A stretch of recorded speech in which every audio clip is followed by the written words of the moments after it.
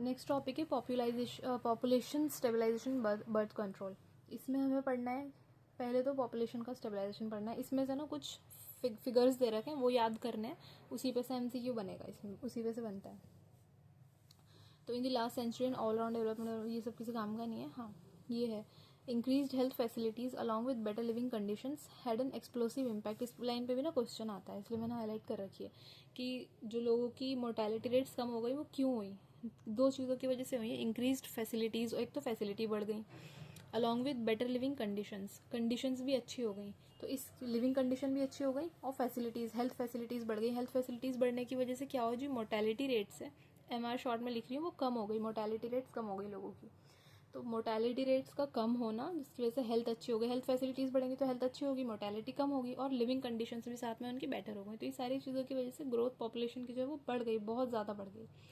तो अब ये नंबर्स पूछते हैं। 1900 में वर्ल्ड की जो पॉपुलेशन थी वो 2 बिलियन थी 1900 में, और रॉकेट होके वो रॉकेट मतलब एकदम से बहुत ज़्यादा आसमान छू गई, 6 बिलियन हो गई 2 बिलियन से बाय 2000 तक। तो 1900 से 2000 तक कितनी हो गई, 2 बिलियन।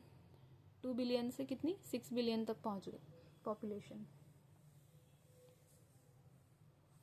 And 7.2 billion in 2011।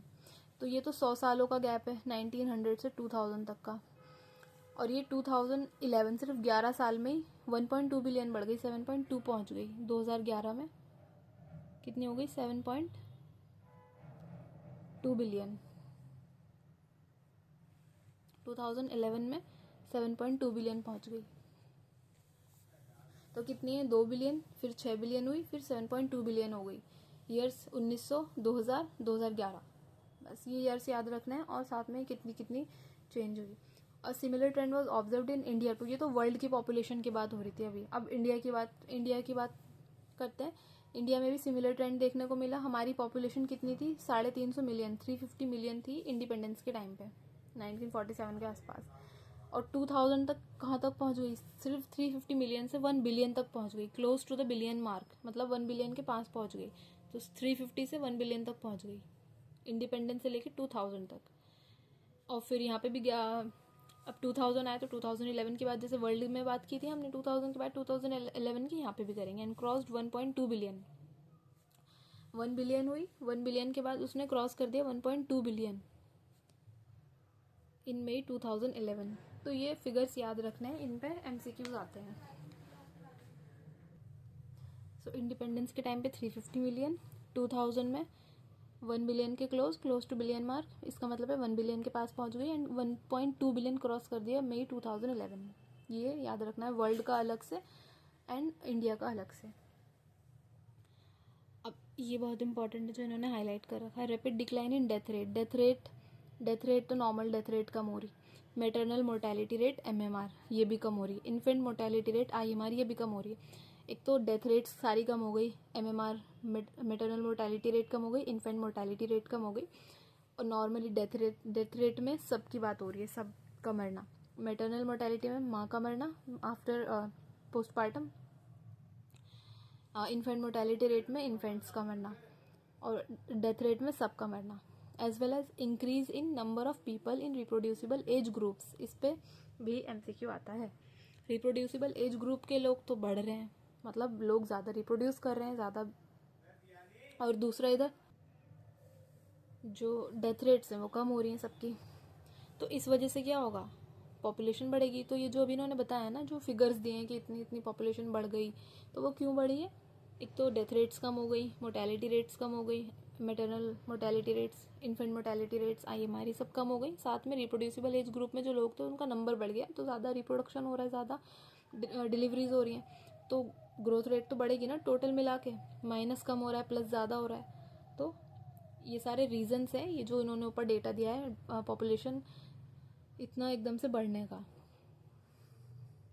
तो जो RCH प्रोग्राम्स थे उसका तो काम था समझाना कि भाई कैसे पॉपुलेशन कंट्रोल करनी है सब। तो RCH प्रोग्राम्स के थ्रू पॉपुलेशन को थोड़ा ये लोग कर पाए, कम कर पाए।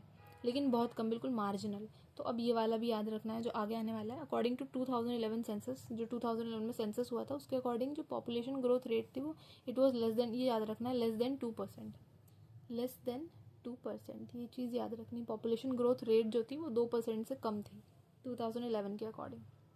इसका मतलब क्या है लेस देन 2% का? लेस देन 2% का मतलब है 20/1000 पर ईयर। इसका ये मतलब है 20 लोग पॉपुलेशन ग्रोथ रेट, मतलब ग्रोथ जो हो रही कितनी हो रही 20 की पर 1000 लोगों पे पर ईयर। हर साल जो 1000 लोगों के ऊपर कितने नए लोग आ रहे हैं?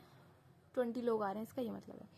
A rate at which are population could increase rapidly, ये भी इस रेट पे भी मतलब बहुत ज़्यादा जल्दी पॉपुलेशन बढ़ सकती है। सच एन अलार्मिंग, और ये जो ग्रोथ रेट है बहुत अलार्मिंग है, मतलब ये भी ज़्यादा है, लेस देन 2% भी ज़्यादा है।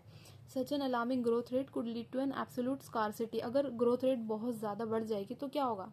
तो जो चीज़ें हमें चाहिए होंगी, ज़्यादा भीड़ ज़्यादा होगी तो चीज़ें नहीं मिल पाएंगी ना, ख़त्म हो जाएंगी, तो स्कार्सिटी हो जाएगी। इवन बेसिक रिक्वायरमेंट्स जो है हमारी, लाइक बेसिक चीज़ें क्या होती है? 3 चीज़ें बेसिक होती है, रोटी, कपड़ा और मकान। इस पर तो मूवी भी एक, तो फूड, शेल्टर और क्लॉथिंग, इन चीज़ों की भी स्कार्सिटी हो जाएगी, ये भी हमको नहीं मिल पाएंगी अगर इतनी ज़्यादा ग्रोथ रेट होगी। तो इस ग्रोथ रेट की वजह से क्या हुआ? देयरफॉर गवर्नमेंट को मजबूरन, government was force to take up serious measures, उसको लेने पड़ गए to check this population growth rate. तो government was force to take up serious measures to check this population growth rate, उसे मजबूरी में सीरियस मेजर्स लेने पड़े। अब क्या क्या मेजर्स हो सकते हैं? मोस्ट इंपॉर्टेंट स्टेप क्या होगा इस प्रॉब्लम को सॉल्व करने के लिए, जो पॉपुलेशन बढ़ रही है? To motivate smaller families. और स्मॉलर फैमिलीज कैसे होंगी? By using various contraceptive methods, जो भी नेक्स्ट पढ़ने वाले हैं। तो ये स्लोगन देखा होगा पोस्टर्स में, बिल्स में, हैप्पी कपल्स सेइंग हम दो हमारे दो, V2R2, देखा होगा एड्स वगैरह में। Many couples, mostly the young urban working ones, जो होते हैं अर्बन एरियाज में रहते हैं, वर्किंग कपल्स होते हैं, they have even adopted 1 child norm, वो 2 को भी नहीं, वो 1 चाइल्ड नॉर्म अपना रखा है। और एक तो ये चीज़ हो गई कि कॉन्ट्रासेप्टिव यूज़ करके, एक तो ये चीज़ हो गई कॉन्ट्रासेप्टिव यूज़ करके स्मॉलर फैमिलीज़ को मोटिवेट करना है कि स्मॉलर फैमिलीज़ रखो, to create smaller families by using contraceptives. दूसरी चीज़ क्या हो गई? दूसरी चीज़ है कि जो मैरिजेबल एज है ना उसको बढ़ा दो, उसको इंक्रीज़ कर दो। फीमेल की तो 18 years and above, and males की 21 ईयर्स। तो फीमेल की 18 से पहले शादी नहीं हो सकती और मेल्स की 21 से पहले शादी नहीं हो सकती। एंड इसके अलावा थर्ड थिंग क्या है? Incentives given to couples with small families are 2 of other measures taken to tackle this problem. सबसे ज़्यादा इन तीन मेजर्स बता दिए इन्होंने। एक तो कॉन्ट्रासेप्टिव यूज़ करके छोटी फैमिलीज क्रिएट करना है, दूसरा इन्होंने स्लोगन बताया था कि हम दो हमारे दो, दो बच्चे पैदा करने हैं बस। तीसरी चीज़ क्या बताई? तीसरी चीज़ है कि इंसेंटिव्स, मतलब कुछ पर्क्स देंगे कुछ उन कपल्स को जिनकी छोटी फैमिलीज होंगी। तो इसमें इन तीनों चीज़ों में से सबसे ज़्यादा इंपॉर्टेंट क्या है ग्रोथ रेट को कंट्रोल करने के लिए? ये तो एनसीईआरटी ने ही लाइन में दिया है ना, मोस्ट इंपॉर्टेंट स्टेप। सबसे ज़्यादा इंपॉर्टेंट क्या है? कॉन्ट्रासेप्टिव वाला, वही हम पढ़ने वाले हैं, जो हम डिटेल में पढ़ेंगे सबसे ज़्यादा इंपॉर्टेंट है। 3 चीज़ें थी, कॉन्ट्रासेप्टिव के through smaller families, 1 child 2 child या 1 चाइल्ड नॉर्म, और मैरिजेबल एज ग्रुप्स को बढ़ा देना, फीमेल्स की 18 ईयर्स, मेल्स की 21 ईयर्स, और साथ में इंसेंटिव्स भी देने हैं छोटी फैमिली वाले लोगों को, स्मॉलर फैमिलीज वालों को। ये स्टेप्स है। इसमें सबसे ज़्यादा इंपॉर्टेंट क्या है? एनसीईआरटी खुद ही लिख रही है, सबसे ज़्यादा इंपॉर्टेंट है कॉन्ट्रासेप्टिव्स के थ्रू मोटिवेट करना स्मॉलर फैमिलीज।